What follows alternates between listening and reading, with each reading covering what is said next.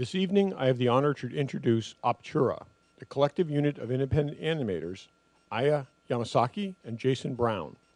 They have been collaborating for almost 20 years, making 2D hand-drawn animations. Their work has been screened widely at festivals around the world, with their most recent film, Hakuri, premiering at Fantasia International Film Festival in Montreal. They are the 2017 Massachusetts Cultural Council Artist Fellows, and in 2021 were invited to do a residency at the studios of Mass MoCA. This past May, they were honored to screen their animation and speak at Pictoplasma, a character design conference in Berlin, Germany. Please welcome them.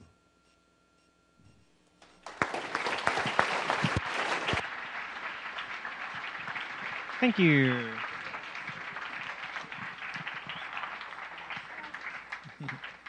Thank you. Thank you, Todd, and thank you, Eaglebrook, all of you, for having us this evening. We are Opertura. I'm Jason. And we've been working, making mostly animation for the past 20 years. This is a little smattering of our animation. When everyone here has seen animation before, everyone knows what animation is. Anyone here hasn't seen animation before? When we think of animation, right, we usually think of stuff like this. Like maybe you recognize some of these things, maybe not, but these are all made by big production studios, big animation studios. Sometimes, it takes tens, hundreds, sometimes thousands of people to make these animations. They're big teams. You usually have like a very specific job, like you're doing storyboarding, you're doing keyframes, coloring. There's all these very specific jobs. But with the type of animation we do, it's called independent animation. It's just the two of us making animation most of the time. Sometimes there's other people involved, but it's usually just the two of us. And so much smaller production, much smaller scale, shorter animations usually. And just to start off, you saw, when you came in, you saw one of our more recent works, Hakuri, that Todd mentioned. But we wanted to share sort of the other kind of work that we do as independent animators up front. So these are just a couple of clips that we'll share. This one, a large part of what we do are kind of commercial work, so work that people will pay us money for. They'll ask us to make an animation about something or in collaboration with something. And so this first one is from this news program, Vice News, from a few years ago. I'm hearing some wind, but I'll play this clip. It's just a clip, so. That can be terrifying, said Brian Green, professor of mathematics and physics at Columbia University. Or it can be inspiring. I don't think that one needs to go around the world sort of like in Inception and start spinning little tops to see whether they topple over. I think it's just an enriching thought. And it widens your perspective on reality. We are becoming ever more organically entwined with a computational, digitally based world. And the natural end product of that is to imagine that maybe ultimately we will be digital. I'm not tied to flesh and blood. If the next step of evolution is that we are able to create consciousness in simulated computer environments, maybe that is where we are all headed. Okay. So that was like a talk about, a segment about are we living in a simulated reality? And so we were given audio, and then we made an animation for that.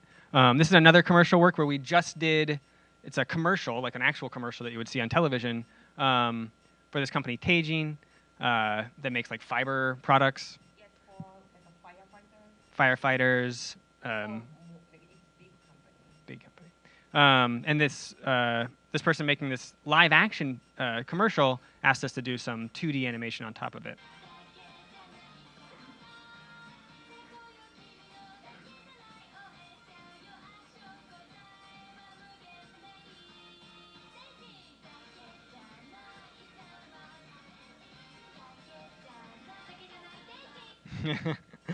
Yeah. So that was very interesting. You are human part. We did not do the human part. We just did the animation part. They recorded in Tokyo. Yep. So we didn't touch anything, but we just know how stage looks like. Yep. Like how many people in there. Right. It's interesting. It was an interesting combination, yeah.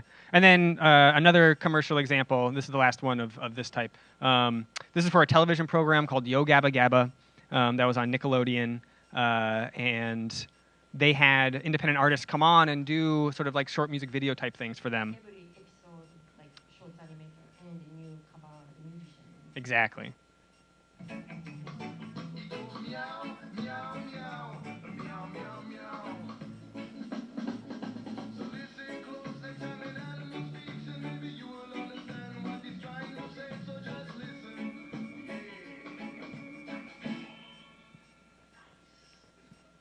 Nice. Yes. But most of the stuff that we do, and some people qualify this as commercial because this is a source of income, but are music videos. So musical artists will come to us and say, or a record label, and we'll say, we want to make this sort of video. Can you make it? And this is just a small selection of some of those as well. Making the booth have a workout with the lights, but here we go.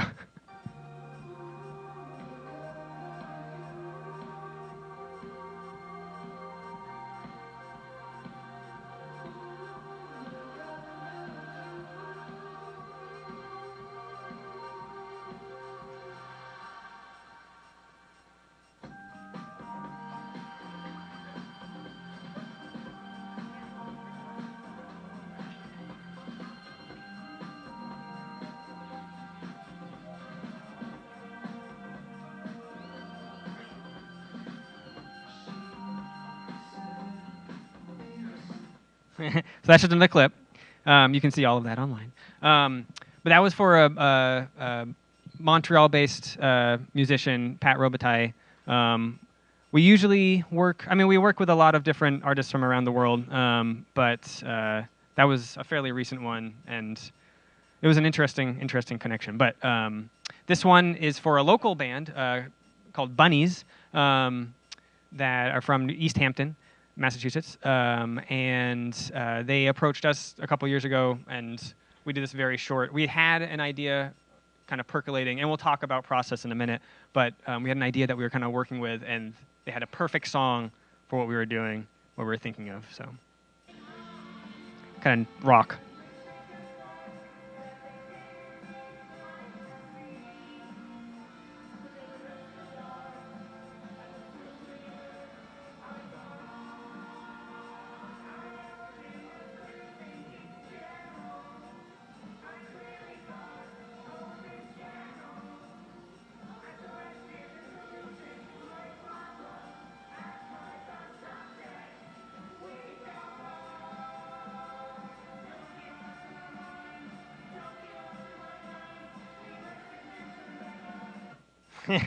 It stops there. It's a clip, just a clip.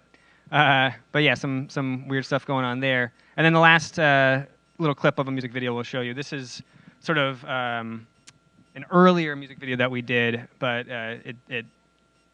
we like it. Yeah, it kind of encompasses a lot of things that are a lot of themes that come up in our work.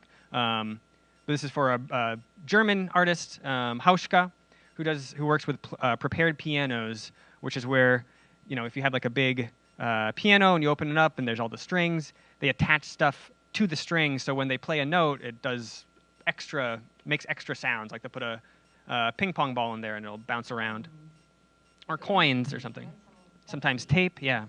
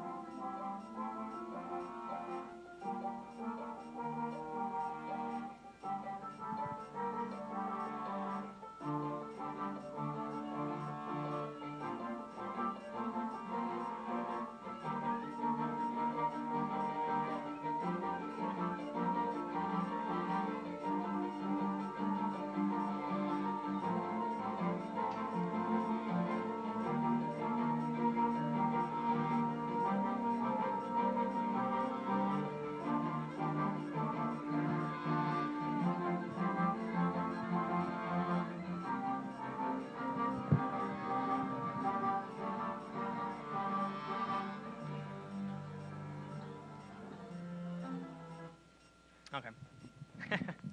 Again, just a clip. And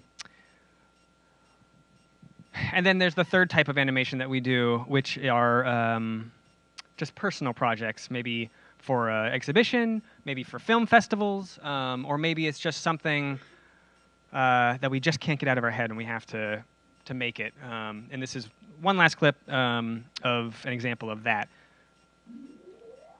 sort of thing.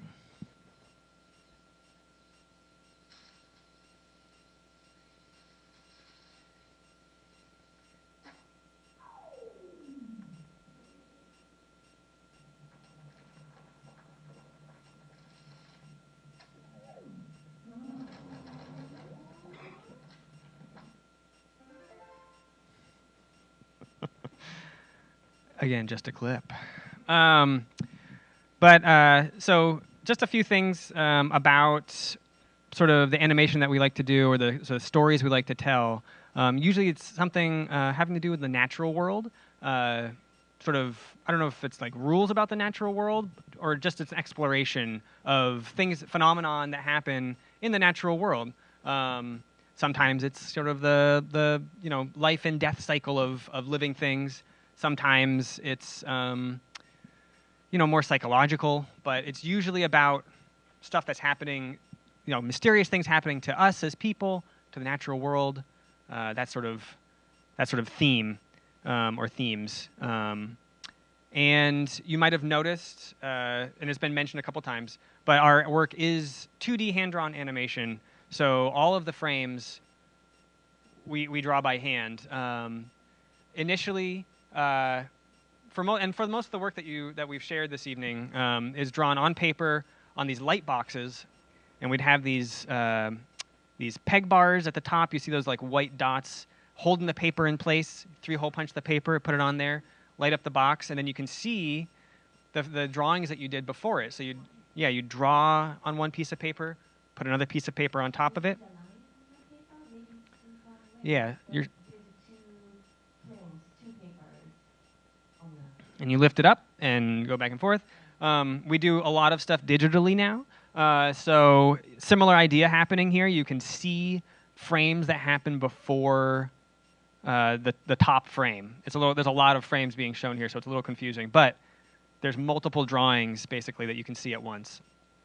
And it's essentially the same way. It's just a little bit faster. We don't have to scan as much.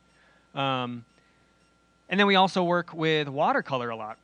Maybe you noticed in the animations there's a lot of just sort of overlays of just watercolor, maybe some splats in there, some like little dots and things, natural dots. And sometimes we'll do like patterns and things, but a lot of watercolor and gouache use, like the textures of the paper.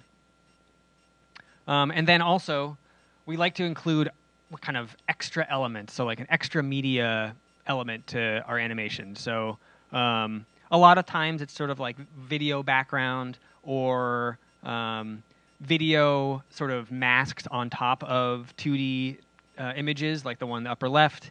The video is moving and the plants are also moving, and it just kind of gives it a extra layer of some extra texture, I think, in the visual. And then on the bottom, you see we actually sometimes more recently, we've made sort of dioramas or physical structures that we'll shoot video of and then put 2D characters inside of. But typically the characters themselves are 2D, and then we like to add extra bits.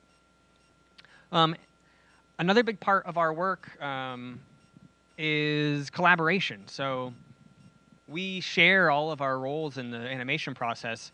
None of us, or neither of us, I should say, does like any one thing all by themselves. From thinking of the story or thinking of a visual language to drawing and coloring, it's all shared. This is the first stuff that we ever collaborated on. It's very rough and maybe kind of ugly, but we love it. We stayed up all night drawing sort of these collaborative drawings where you fold over different parts of the paper. If anyone has ever heard of the term exquisite corpse, this is that sort of art form where you hide different parts of the drawing, and then the person kind of continues what you started without knowing what came before it. And it creates kind of these weird, illegible images, but they're kind of compelling. And when we started doing that, we realized we wanted to like work together more in depth, and our drawings became more elaborate and collaborative, and that turned to let's make them move. Let's make some animation. So the next part, process. Has everyone heard the term process before? It's basically, there's two kind of, when I hear the word process, I think of like two different things. One is like the practical way that things are made, so like the steps that you take to finalize something, but also like working through an idea, working through a thought, like you're processing something, you're thinking through it. And sometimes we get this idea in our head, we don't know where it comes from. It's just maybe we had a dream about it, maybe it's something we saw, but a theme or an idea gets stuck in our head, and we have to like exorcise it. We have to work with it. So we're going to go over the process of a very recent animation that we did. And it started off with this idea about playgrounds or the idea of play, specifically open play, where, like a playground, there's no specific rules. You go to like a play structure, and there's no rules ascribed to it. You're not supposed to put like a ball in a hole or anything. It's just a thing there to interact with, and you invent the play, but it entices you. You want to go and like climb on it or run around it. It invites play, but there's no specific element to it that's telling you how to play. And these are play sculptures by Isamu Noguchi in Atlanta, Georgia, I think, and these are some designs that he did that we found kind of very inspiring because they were very colorful and had very simple shapes and were play structures, but not necessarily like traditional ones that you would see. And then we were also getting into these things called Froebel's gifts, which are these sort of elementary, very simple kind of toys, but they're for learning purposes, and they have like this open-ended element to them where you can kind of place yourself in them, like interpret them however works for you. And this led us to start doing some experiments with sort of like open play structure objects and coming up with characters that would play on them, and how would they play on them, and what would they do. And we made a bunch of these. These are just four of them, just little like looping animations about play. We also were kind of thinking about this idea of a small character who needed to be entertained. Yeah, was bored, yeah. And so this bigger character who was taking care of it would look for objects to put together to make a fun structure for them to play on. So they're adding elements to this structure, and the little character is getting excited. And it grows. Mm-hmm. Goes in the hole. Yeah, so these are just ideas that we're kind of playing around with. There's not even any sound in this video. And then we had this opportunity to do a residency at Mass MoCA. Has anyone ever been to Mass MoCA? Anyone heard that? Yeah, it's not too far from here in North Adams, Massachusetts. It's a beautiful contemporary art museum. I highly recommend people to check it out. But we had a residency at the studios there, and we were able to continue thinking about these play structures. Oh, residency is Oh, yeah. so Mass MoCA is big museum, but they also have a studio. So they gave us a studio room for 2 weeks, 2 weeks, 10 days, something. 2 weeks. 2 weeks. Yeah. And also they gave us an apartment near the museum, so you don't have to go back like Greenfield or from here to over there. Also they gave us. They fed us, yep. So, but the point is they give us a studio space, and we were able to continue. Yeah, this is in the studio. Playing with different structures of objects, kind of the different mediums. So the one on the left is CG in a video, and 2D animation on top. The middle one is a physical object, and the right one is 2D animation. And we were really liking the sort of handmade physical object and putting 2D animation on top of that. And this took us, we went even further with it. This is this is a mock-up, but there's video of it in a second, of a sort of a billboard or a marquee in Boston at the Convention Center, Exhibition and Convention Center in Boston. We were invited by the Boston Cyber Arts organization to design something for the marquee, and it's like a very odd shape, but we came up with something that was again focused on just like a creatures playing on very vague structures. There it is in person. This was last summer, and just kind of working through these ideas, processing things. What does it mean? But then last year, this artist from Berlin, Kid Knievel, musician, he asked us if we wanted to do some music videos for his new album, and it's a very playful album, a lot of sort of like toy instruments and things in it, and we thought this is a perfect opportunity to sort of dig deeper into these play ideas. So we listened to the music. The music it was 3 parts, and they were all called Shrine Islands, or Shrine Island 1, 2, and 3. And we were thinking, okay, we were listening to the music, just doodling.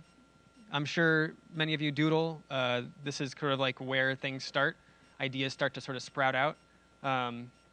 And we thought of these islands that could be shrines to play. And there were 3 songs.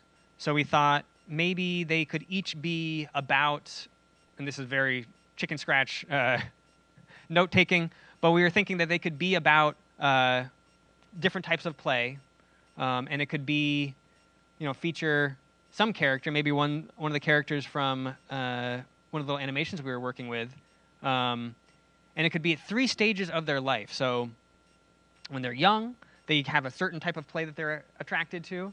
When they're like middle adult age, they have a certain type of play that they maybe are attracted to. And then when they're old, maybe they have a different type of play.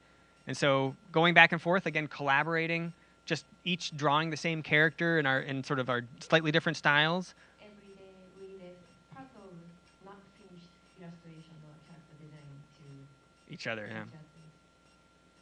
And then we came up with these 3 islands and 3 ages of this one character. And thinking about our residency, we decided we wanted those islands to be physical objects. So we started using felt and doing needle felting. I don't know if anyone's ever done needle felting, but you take a very sharp little needle with little like ridges on it, and you poke wool felt basically together for hours, hours and hours on end, and you get sort of more solidified structures. And eventually, these became the islands, and we had them on sort of a rotating disc, so we could film around it. And yeah, we shot each island, and I think we have time to show the results. Would you like to see the results? Okay.